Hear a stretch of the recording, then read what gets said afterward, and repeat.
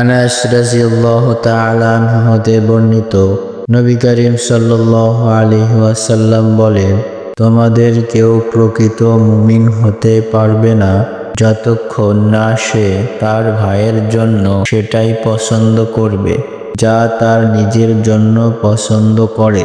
আব্দুল্লাহ ইবনু আমর রাদিয়াল্লাহু তাআলা আনহু হতে বর্ণিত, জনৈক ব্যক্তি আল্লাহর রাসূল সাল্লাল্লাহু আলাইহি ওয়াসাল্লামকে জিজ্ঞেস করলেন, ইসলামের কোন জিনিসটি উত্তম? তিনি বললেন, তুমি খাদ্য খাওয়াবে ও চেনা অচেনা সকলকে সালাম দিবে।